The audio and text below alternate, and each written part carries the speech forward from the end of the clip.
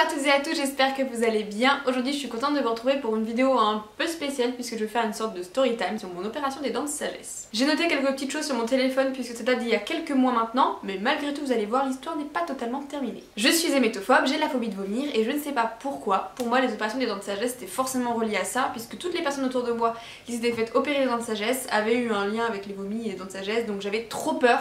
Pas de me les faire enlever mais du après et d'être malade. Donc du coup ma hantise depuis que je me suis fait enlever entre guillemets mon appareil dentaire et que je faisais régulièrement des radios, c'est que ça pousse mal au niveau des dents de sagesse et qu'on me les enlève. Si je suis là aujourd'hui c'est que c'est ce qui est arrivé. Petit spoiler, ça va. À chaque fois qu'on me faisait des radios on me disait effectivement vos dents poussent mais elles poussent plutôt bien. Ça devrait pas être un problème, si ça ne vous dérange pas, si vous avez jamais mal, ça devrait aller.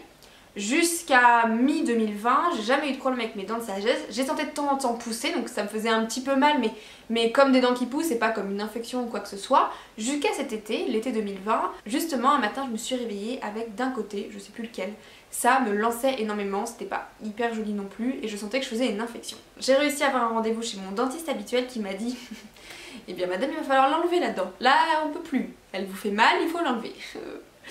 Elle m'a dit l'idéal serait d'enlever les 4, vous serez comme ça débarrassé, mais enlevez déjà une, je vous fais une ordonnance pour une entre guillemets et vous verrez. Donc début septembre j'ai rendez-vous chez mon stomato qui me dit eh bien pourquoi en enlever une, autant enlever les 4, vous serez débarrassé. Il m'a dit moi je vous enlève pas une seule, je vous enlève les 4 ou je vous les enlève pas. Donc bon, ok, ok d'accord. Puis effectivement je me dis qu'il a pas tort parce que si la première s'était passée comme ça s'est passé mon histoire, je sais pas si je serais retournée, donc du coup, dans mon malheur, j'ai eu un peu de chance. Et peut-être que ça peut vous aider, mais là, c'est la question entre est-ce qu'on fait ça en anesthésie locale ou en anesthésie générale. Il m'a dit, si vous n'êtes pas stressé, si vous êtes ok, vous savez que vous n'allez pas bouger, que vous êtes plutôt sereine vis-à-vis de ça, je préfère la locale puisque ça dure 15-20 minutes, vous sortez de là, vous êtes beaucoup plus facilement opérationnel et vous êtes tranquille, entre guillemets. Si jamais vous commencez, vous savez que vous êtes quelqu'un d'assez anxieux, vous avez peur de ce que ça peut faire, vous n'avez pas trop envie d'entendre ou de voir quoi que ce soit, vous faites du général, ça durera plus longtemps, mais je vais le citer, mais il m'a dit je préfère avoir un patient qui dort complètement ou j'ai sa bouche complètement disponible que quelqu'un qui effectivement a peur et du coup se contracte, se rétracte et c'est plus difficile pour lui et il y a plus de risques de mal faire.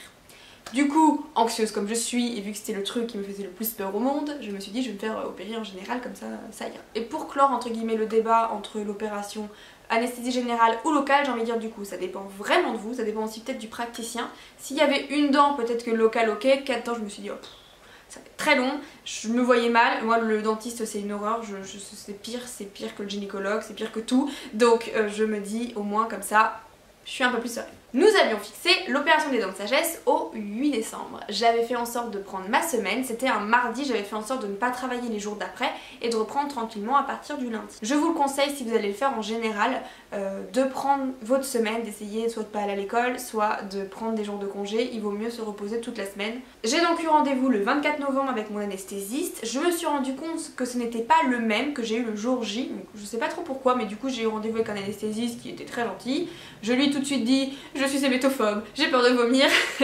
Du coup il m'a dit ok je le note quelque part, comme ça on pourra vous mettre éventuellement des médicaments pour quand vous allez vous réveiller et que vous évitiez d'être malade, puisqu'il m'a dit que c'était quand même assez rare mais que ça pouvait arriver. Il m'a dit surtout quand vous arrivez là-bas, dites-le aussi, comme ça les gens seront au courant. Il y avait plusieurs mois qui sont passés jusqu'à ce que je me fasse opérer et j'avais rencontré pour d'autres choses des professionnels de santé féminine qui m'avaient dit attention l'opération des dents de sagesse ça peut provoquer des mycoses, donc demandez bien au praticien si vous pouvez pas faire une cure, s'il y a des choses à faire etc. J'ai demandé du coup à l'anesthésiste qui m'a dit non il n'y a vraiment rien, à ce niveau là pas de problème. Retenez ça. Donc du coup arrive le 8 décembre, je ne devais pas boire ni manger, je devais arriver à 13 h à la clinique, je ne savais pas quand j'allais passer et je pouvais passer en fait dans l'après-midi. Et ma peur on va dire ce jour-là c'était de me dire si j'ai soif et que je ne bois pas comment ça va être, puisque moi je suis quelqu'un qui a toujours vous voyez une gourde en fait avec moi et je me suis dit oh là là pas boire pendant 15 heures ou je ne sais pas combien de temps, je sais pas comment je vais faire. J'arrive à la clinique, pas très rassurée. Le matin au préalable je devais prendre un petit déjeuner à 8 h et après rester complètement à jeun, pas manger, pas boire. Et j'avais aussi des médicaments à prendre en amont pour prévenir on va dire. Et je vous avoue que je pensais que mon opération des dents de sagesse c'était quelque chose d'assez banal en fait, donc je me suis dit c'est pas grand chose. Et quand il m'a donné déjà la liste de tout ce qu'il fallait que j'achète en amont, entre les médicaments à prendre avant, après, les poches de glace, la brosse à dents spécifique, en fait je me suis dit mais ça m'a un peu rendue encore plus anxieuse parce que je me suis dit il y a autant de choses en fait à prévoir. Donc bref, donc j'arrive là-bas, il m'installe dans une chambre qui honnêtement entre vous et moi donnait pas trop envie, mais bon c'est pas très grave, j'avais demandé une chambre individuelle parce que je me suis dit c'est le Covid, je savais pas trop comment ça allait se passer, donc voilà, je me suis dit je préfère prendre une chambre individuelle si je peux m'offrir ce petit luxe, bon voilà. Il me demande de m'habiller avec ma jolie tenue. Au fur et à mesure de la vidéo j'essaierai de vous mettre des photos que j'ai prises de moi pendant, après, etc. Pour que vous puissiez voir. Je m'installe dans le lit, on vient prendre ma tension, moi qui suis toujours à 9,5, 9,6 de tension, j'étais à 14,8 ou un truc comme ça, donc j'étais en méga tension, je commençais à méga stresser et j'avoue que je me suis pas sentie trop, pas écoutée, mais en fait on m'a dit ok bah on y va, j'ai dit mais vous m'avez pas du tout expliqué ce que j'allais faire, quand est-ce que j'allais passer, on m'a pas trop expliqué l'opération et comment ça allait se dérouler. Donc on m'a un peu expliqué, mon brancardier est arrivé et il m'a emmenée, j'étais allongée dans le lit, je vous avoue que j'étais du coup... je commençais vraiment à stresser et c'est très bizarre, mais du coup vous êtes avec votre petite tenue, machin et tout, et je me suis dit je suis toute seule, c'est-à-dire que je n'avais plus de téléphone, pas de petit gris-gris qui pouvait un peu me rassurer, j'avais rien. Donc là dès que je croisais quelqu'un qui commençait à s'occuper de moi, le brancardier, après il y a le nouvel anesthésiste qui est venu, celui que j'avais pas vu en rendez-vous mais c'était pas le même, et je disais je suis hémétophobe, j'ai peur de vomir et tout ça. Mais ils ont été assez rassurants, que j'ai été la première à passer. Je savais pas au début si j'allais passer première, deuxième, troisième, quatrième, peu importe. Et je pouvais du coup par exemple attendre 2 heures avant de me faire opérer. Au final j'ai même pas eu le temps de me changer, que je suis déjà partie. J'étais contente parce que dans ces cas là j'ai pas eu le temps de trop stresser. Et en même temps j'ai dit là alors, ah non moi je suis pas prête, je suis pas prête d'y aller maintenant. Donc le brancardier m'emmène dans cette salle où vous êtes allongé, il y a des gens à côté de vous, vous savez pas trop combien de temps vous allez attendre, ce qu'il va y avoir, je sais pas, c'est un peu, je sais pas, c'est bizarre comme sensation en fait, vous vous retrouvez dans votre lit à côté de gens, vous savez pas trop et tout ça. Et là on vous emmène dans la salle et là je me suis dit wow, ça faisait vraiment comme Grey's Anatomy quoi. Vous arrivez dans une salle, on vous emmène et là vous voyez autour de vous plein de gens, plein de trucs, des appareils et tout. Et là je me suis dit wow, enfin ça va, c'est juste des dents de sagesse les gars, tranquille quoi. Pas besoin de mettre tout un truc, je vais pas me faire opérer de je sais pas quoi hein. Donc je vous avoue que j'ai eu une montée de stress et là j'ai dit à la personne d'à côté oh, je suis pas très bien quand même, voilà, je commençais, m'a dit ok, on va vous mettre un truc, vous inquiétez pas, ça va bien se passer. Donc il m'allonge, je suis désolée c'est très long mais je me dis franchement si quelqu'un pouvait me raconter comme ça avant entre guillemets de me faire opérer des dents de sagesse, bah j'aurais bien aimé. Donc je me permets de vous expliquer tout en détail pour que vous puissiez un peu savoir à quoi vous attendre. Donc ils me changent de lit, ils me mettent le produit entre guillemets pour me détendre et là genre j'étais comme ça. J'ai même pas senti quand ils m'ont mis le truc pour m'endormir, je sais même pas comment ils m'ont endormi, si c'était autour de la bouche ou la prise de sang, je ne sais pas du tout. Mais pouf, il n'y avait plus personne. C'est-à-dire que ça a duré très peu de temps. Et là, je me réveille en salle de réveil et je vois des gens passer autour de moi. J'ai pas forcément mal. La peur que j'avais aussi c'est de me réveiller en ayant hyper mal, en n'étant pas bien et tout. Je me suis un peu réveillée, un peu groggy, mais ça allait. Et du coup je regardais un peu à droite à gauche et c'était cette sensation où vous dormez, vous êtes réveillé, vous dormez. Et là je m'étais en train de me dire où est-ce que je suis, je vois des gens, est-ce que ça s'est bien passé, enfin on est un peu perdu. Donc l'infirmière ou je sais même pas qui vient me voir en me disant ça s'est bien passé, machin et tout. Je crois que ça a duré, je suis arrivée à 13h, j'ai dû passer à 14h30 le temps d'heure et à 15h j'étais réveillée quoi, donc voilà. Et on me ramène dans la chambre, donc un peu voilà, et là je savais qu'après on allait m'apporter une compote pour manger, qu'il fallait que je boive et qu'après je pouvais rentrer chez moi. Et en fait j'ai commencé toute seule à me stresser, à me dire oh, faut absolument que ça y est, je reprenne des forces, que j'espère que je vais pas être malade, il faut que je sois bien, il faut que je mange la compote, il faut que tout ça. Et en fait j'étais dans mon lit comme ça, en mode je suis trop fatiguée pour rester les yeux ouverts. Je suis trop entre guillemets enfant pour me rendormir, j'étais vraiment dans l'entre-deux en me disant il faut que je me lève, il faut que je me prépare, j'étais vraiment pas... J'ai détesté cette sensation vraiment alors qu'il n'y avait rien de spécial et en fait là je me suis dit ok, j'ai besoin de me réconforter, de pas penser à ça. Donc je me suis dit il faut que je prenne mon téléphone, que je mette genre une série, que je prenne, souvent j'ai avec moi des choses qui peuvent m'aider à me déstresser, faut que je prenne ça et du coup j'étais en mode genre... comme ça on essayait de le faire et du coup je me suis mis à regarder la télé pour essayer de penser à autre chose et j'ai regardé je crois les reines du shopping et je sais pas pourquoi je me sentais pas à l'aise, je me sentais pas mal mais j'étais là en mode j'ai pas envie de manger, je sais qu'il faut que je mange, il faut que je rentre chez moi, il faut que j'aille mieux mais ça va pas mieux, c'est bizarre, ça devrait être plus rapide. En même temps je regarde la télé pour essayer de penser à autre chose mais j'arrive pas à penser à autre chose, enfin j'ai pas vraiment aimé cet état là, le après en fait quand vous réveillez de l'anesthésie. Voilà, moi c'est un peu un truc qui m'a marqué, c'est pour ça que j'ai pas du tout envie de me faire réanesthésier pour quoi que ce soit, mais c'était cette sensation un peu chelou. Elle m'a emmené la compote, j'ai dit ouh clairement j'ai pas du tout envie de la manger, de la glace j'ai même pas touché. Donc la compote j'ai dû la manger 1 heure après, pendant une demi-heure pour manger toute la compote. Parce que j'avais du mal à ouvrir, c'est pas que ça passait pas, c'est que j'avais un peu de mal à manger, j'osais pas trop. Je sentais que ça me gênait un petit peu. Et puis j'avais le truc autour de là, j'ai une photo, le masque plus ou moins bien mis parce que du coup ils vous remettent le masque et tout et puis vous êtes un peu à l'ouest. Et du coup j'ai réussi à m'habiller mais j'avais encore la perfusion. En soi ça allait mieux. Et là je me suis dit, oh, alors l'étape maintenant c'est qu'il faut que je me relève. Après il faut que je marche jusqu'au bout du couloir pour rejoindre mon mari. Après il faut qu'il me ramène à la maison. J'avais l'impression que c'était infaisable, que j'avais pas la force de le faire. En soi je me disais allez je fais étape par étape. Je sais que j'ai genre 5 étapes pour rentrer chez moi, je me lève, je vais jusqu'au bout, je vais à la voiture. Voilà, il y avait plutôt cette étape et je me suis dit une fois que je serai chez moi, ça ira mieux. Ça allait, je me suis mise dans le canapé en fait et j'ai senti, ce qui peut m'arriver régulièrement, que j'avais de l'impatience dans les jambes. J'avais besoin de marcher, j'avais besoin de me dégourdir un peu les jambes. Donc je fais des allers-retours dans le couloir là. Et puis en fait je parlais et ça allait. J'ai fait une visite avec mes parents, je parlais un petit peu mais pas trop. Ça allait. J'ai pas pris de médicaments. Ils m'avaient donné effectivement, si je le souhaitais, du dafalgan codéiné. Et du coup j'en ai pas pris parce que j'avais pas si mal que ça. Et les 3 jours qui ont suivi, je vous avoue que j'étais un peu stone parce que je prenais un petit peu des dafalgan codéiné mais pas autant qu'ils me disaient de le prendre parce que j'avais pas si mal. Je prenais sinon du doliprane. Et pour manger, j'ai perdu 2 kilos en 2 jours en fait parce que je mangeais pas grand chose. Compote de pommes, faut manger froid. J'avais acheté des petits pots pour bébé, donc je mangeais les petits pots pour bébé. Pas si mal au niveau du goût. Et en fait j'étais dans le canapé et à l'ouest quoi, je sais pas, j'avais l'impression que c'était difficile. J'étais très fatiguée et j'avais besoin d'être assistée. Heureusement que Jérémy était là parce que j'avais vraiment besoin d'être assistée. Donc les 2-3 jours se passent, c'était le mardi et le samedi. Ça allait mieux mais pas tant que ça. Moi j'avais entendu dire il y a 3 jours vous êtes un peu dans le coltard et après ça va mieux et limite 4-5e jour vous pouvez manger normalement presque et vous reprenez votre vie en fait. Et moi le samedi ça allait, j'étais toujours un peu entre deux. Ça n'allait pas mal, je pouvais pas dire que j'étais mal. Honnêtement je n'ai pas gonflé, j'ai pas eu de bleu, j'ai pas été malade, j'ai rien eu de spécial mais juste j'étais dans un état un peu léthargique en fait. Vraiment où je regardais les Marseillais je crois à la télé, j'étais pas hyper en forme. Mais bon, globalement, j'avais pas trop de problèmes mis à part ça. Et je me souviens du samedi justement où j'étais en visio avec mon petit neveu et ça a commencé à me lancer là. Là, ça remontait dans l'oreille derrière. Je me disais ça c'est pas normal, c'est bizarre. Et justement, ça a commencé et j'avais vraiment mal. Quand je prenais les doliprane, j'avais essayé de prendre les dafalgan codéiné, ça ne marchait pas, j'avais aussi mal. Et en fait, jusqu'au dimanche, je n'étais pas capable physiquement de sortir de chez moi. Je sentais que je n'avais pas assez de force. Alors que bon, ça va, hein, je mangeais quand même, etc. Mais je n'avais pas de force, vraiment, j'étais pas bien physiquement du point de vue plutôt fatigue. Et je me dis, c'est pas normal. Au contraire, ça devrait être de mieux en mieux. Et moi, c'était de pire en pire.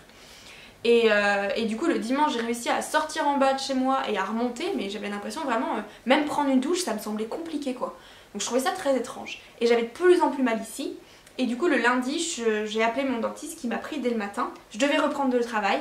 Clairement j'étais incapable. Mais je m'étais engagée avec mes clients. Ça c'est le problème d'être à son compte, c'est que je m'étais engagée avec mes clients. Donc je me suis dit bah il faut que je reprenne, j'ai pas le choix. J'ai dit que je reprenais donc j'ai repris. Et il m'a dit bah oui madame en fait vous faites une infection. En gros j'ai lu toute la liste des choses à faire, j'ai tout bien fait, j'ai suivi toutes les consignes pour éviter l'infection et c'est sur moi que ça tombe. Avant d'y aller j'avais déjà regardé sur internet et effectivement ça me semblait tout à fait correspondre à ce que j'avais. C'était en fait tout simplement parce que le caillot en bas je crois s'était enlevé et du coup l'os était à vif et forcément infection. Et du coup, je vous mettrai en bas le nom du nom de l'infection que j'ai fait. C'est l'infection la plus courante, hein, qui arrive d'ailleurs davantage lorsque vous faites du général. Mais du coup, c'était sur moi que c'est tombé. Donc là, double dose d'antibiotiques, double dose dafalgan codéiné. Je me suis dit, bah là, je suis obligée de les prendre parce que j'ai vraiment, mais vraiment mal, vraiment mal. Le problème, c'est que quand je les prenais, j'étais complètement stone. Mais vraiment, genre j'étais comme ça dans mon canapé. Vraiment, j'étais là. Oh, ça va pas. Voilà. Sauf que je devais continuer à travailler, donc je travaillais comme je pouvais dans mon canapé. J'étais en train d'écrire des contenus pour les clients, je répondais à des mails, mais alors j'étais complètement à la ramasse, mais vraiment, c'était très difficile. Et en plus de ça, je me suis rendu compte que les dafalgan codéiné, je ne les supportais pas. Il y a même une nuit où j'ai dormi par terre dans ma salle de bain parce que j'étais pas bien. Alors j'ai pas été malade, j'ai pas vomi, mais j'étais vraiment pas bien. Et j'ai fait des rendez-vous visio avec des clients où justement volontairement je leur disais que je faisais pas ma caméra parce que je leur disais que j'avais beaucoup gonflé et ils savaient que j'allais me faire opérer. Donc je leur disais clairement voilà, je mettais pas ma caméra, ce qu'il comprenait, mais en fait c'est juste parce que j'étais comme ça, allongée, et que je sais même pas comment j'ai fait pour tenir mes rendez-vous. J'ai fait des propositions clients et tout dans cet état là. Je me dis c'est pas possible quoi. Vraiment j'ai mis 2 semaines avant de pouvoir commencer à remanger normalement et recommencer à avoir une vie entre guillemets normale, même si je faisais pas grand chose hein, clairement. Et puis aux alentours de Noël, eh bien je me suis dit tiens ça me paraît bizarre parce que j'ai beaucoup d'aftes dans la bouche, je suis très irritée dans la bouche, et puis un peu plus bas d'un point de vue féminin, pareil je suis gênée, ça me démange. Je me suis dit bon c'est bizarre. Et là j'ai repensé à ce qu'on m'avait dit avant. De me dire que c'est possible, que ça entraîne des mycoses, etc. etc. Et le pharmacien, le docteur, l'anesthésiste m'ont dit non, vous inquiétez pas, ça arrive rarement et tout ça. Ch'ting, c'était pour moi. J'ai fait effectivement mycose vaginale et au niveau de la bouche, donc j'ai dû mettre des crèmes, des ovules, des machins. J'étais ravie, c'est-à-dire que je me suis opérée le 8 décembre, on était le 20, j'étais toujours à moitié pas bien, j'avais encore des antibiotiques à prendre du coup, mais du coup qui m'ont provoqué les mycoses, donc j'étais en fin d'antibiotiques, j'avais ces crèmes là à mettre, ça me démangeait, c'était bon voilà, hop, c'était génial. Et ça m'a bien duré encore 15 jours. 15 jours jusqu'au moment où on est parti en Guadeloupe. Début février, je ne sais pas pourquoi, je mange un truc et je passe mon doigt dans ma bouche et je me rends compte au niveau de ma gencive que j'ai un truc qui pousse et qui me fait un peu mal. Je me dis mais c'est quoi ce truc? Début février, je me dis je dois avoir un bout de dent qui est coincé dans ma gencive, vraiment comme si c'était ici là, magnifique. Au milieu derrière, je me dis mais qu'est-ce qui m'arrive? J'ai un truc qui me pousse, c'est très étrange. Ça me faisait pas énormément mal, mais je me suis dit c'est chelou quand même. Ah, l'histoire n'a pas de fin. Hein. Je me demande ce que c'est et j'essaie d'appeler mon dentiste et je lui dis je sais pas, j'ai un truc bizarre qui a l'air de pousser dans ma bouche. Est-ce que c'est un bout de dent qui a sauté pendant l'opération qui est resté là? Est-ce que c'est un bout de gencive qui ressort? Enfin un bout d'os qui ressort de la gencive? C'est très très bizarre. Et du coup il me dit bon venez me voir, j'y vais. Et là il m'emmène, il me dit allez tout droit, allez au bloc. Moi je dis ah non, non je vais pas au bloc là, j'ai pas prévu de me faire opérer. Et je commençais à me mettre à stresser, j'étais là en mode je veux juste qu'on regarde ce que j'ai. Et il commence à m'allonger, son assistante me met un truc sur moi donc je pouvais plus me relever. Là j'ai commencé à paniquer un petit peu. Il m'expliquait, il me parlait et tout ça. J'ai pas trop écouté. De ce que j'ai compris en fait c'était juste l'os parce que vu que les dents ont été enlevées, la mâchoire se remet en place. Et de ce que j'ai cru comprendre, c'est l'os tout simplement qui ressort. C'est normal, ça va se résorber avec le temps, mais si ça me fait mal on pouvait opérer. Et puis il me dit ça, mais j'avoue que je commençais à stresser, à angoisser, à essayer de respirer, donc j'écoutais pas trop ce qu'il me disait.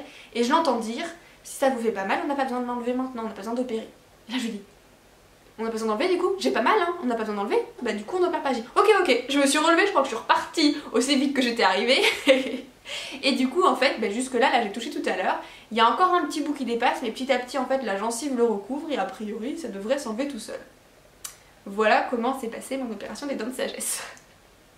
Vous avez eu tous les détails, je crois n'avoir rien oublié. Je me suis fait opérer en décembre, il y a plus de 3 mois, et j'ai encore entre guillemets des séquelles hein, de cette opération et j'espère que c'est terminé.